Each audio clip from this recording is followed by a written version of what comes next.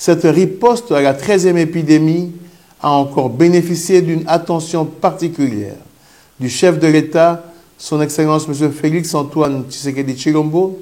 qui de nouveau a chargé le ministre de la Santé publique, Hygiène et Prévention, à travers la Direction générale de lutte contre la maladie, DGLM en sigle, à apporter son expertise technique à l'équipe provinciale et aux équipes locales dans la lutte contre la maladie à virus Ebola. En ce jeudi 16 décembre 2021, après 42 jours de surveillance renforcée, sans nouveau cas confirmé, et selon le protocole OMS, je suis heureux de déclarer solennellement la fin de la 13e épidémie de la maladie à virus Ebola dans la province du Nord Kivu, en République démocratique du Congo, qui aura duré 2 mois et 9 jours. Je remercie particulièrement la Division provinciale de la santé du Nord Kivu, les experts du niveau national, ainsi que les équipes locales qui ont œuvré sans relâche pour l'obtention de ce résultat. Je salue singulièrement l'engagement des acteurs de la zone de santé de Beni,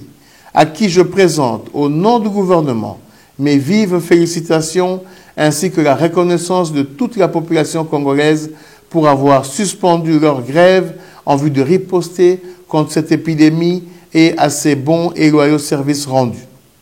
Je ne saurais ne pas remercier les prestataires de soins de première ligne,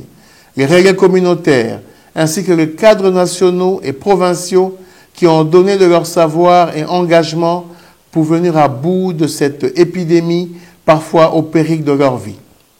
La victoire de cette épidémie tient aussi aux acquis de la 10e épidémie de la maladie à virus Ebola,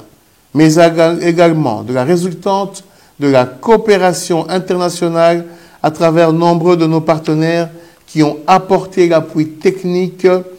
et financier à cette réponse à la résurgence. Chers compatriotes, seule la zone de santé de Beni, sur les 17 que compte l'antenne de Butembo, a été affectée avec un total de 3 aires de santé touchées sur 19. Un total de 11 cas, dont 8 confirmés et 3 probables, a été notifié avec au total 9 décès, soit une létalité de 82%. Signalons que sur les 3 personnes qui ont été admises et mises sous traitement dans le centre de traitement Ebola, un seul décès a été déploré, soit un taux de guérison de 66,7%. Cette résurgence a eu des particularités, à savoir, plus de 50% de personnes affectées sont les enfants de moins de 5 ans, mais aussi la détection tardive liée à la grève du personnel de santé.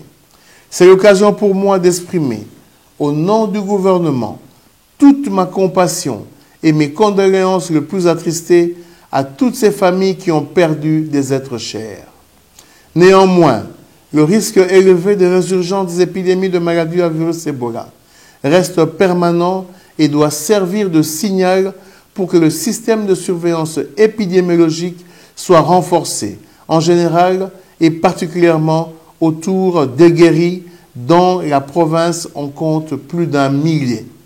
Chers compatriotes, au moment où nous déclarons la fin de cette épidémie, je tiens à rassurer la population du Nord Kivu qu'une équipe continuera de soutenir le transfert des compétences vers les prestataires locaux en vue de préserver les acquis de cette riposte. Ainsi, il est recommandé de continuer à maintenir les mécanismes d'alerte et de surveillance à base communautaire afin de rester vigilant pendant toute la période de l'après-épidémie de la maladie à virus Ebola. Chers compatriotes, pour finir mon propos, je vous rappelle que la RDC continue à faire face à la pandémie de la COVID-19. Pour vaincre ce fléau, la population est conviée à respecter scrupuleusement les gestes barrières et à se faire vacciner. Avec le même engagement et la même détermination, nous avons le devoir de vaincre tous les maux qui déstabilisent la croissance et le développement de notre cher et beau pays. Que vive la République démocratique du Congo, que Dieu bénisse notre beau pays, je vous remercie.